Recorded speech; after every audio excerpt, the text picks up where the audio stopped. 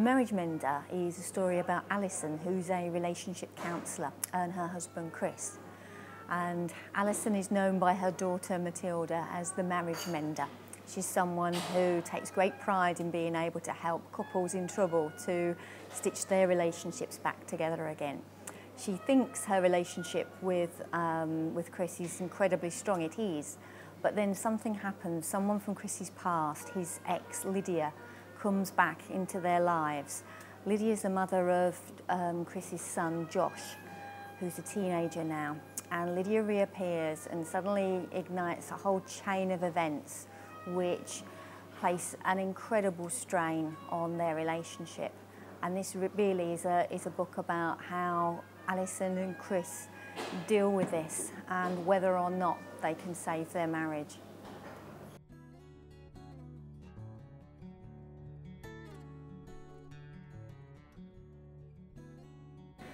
Essentially what I wanted to do was to get away from the whole setup, the usual setup of a novel starting with a man and a woman and seeing how and if they eventually get together.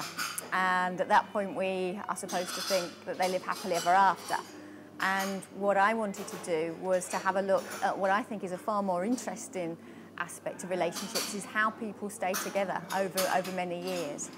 I'm at a point now where I've been with my husband for 21 years, and I think it's the staying together which is actually the really interesting part of a relationship, not how you got together in the first place.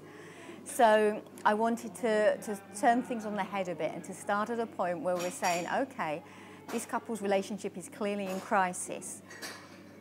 We're now going to take a step back in time and see how it got there and then whether they can survive that crisis.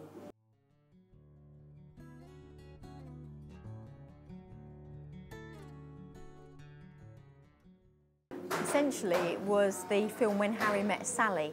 For anyone that remembers the film, at the end of it, there were some really lovely talking heads vignettes of elderly people talking about when they first met and how they fell in love.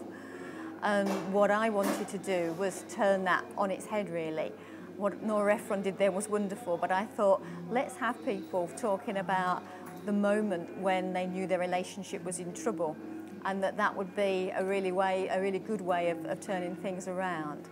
So when I wrote them, what I tried to do was to focus on that as the heart of them.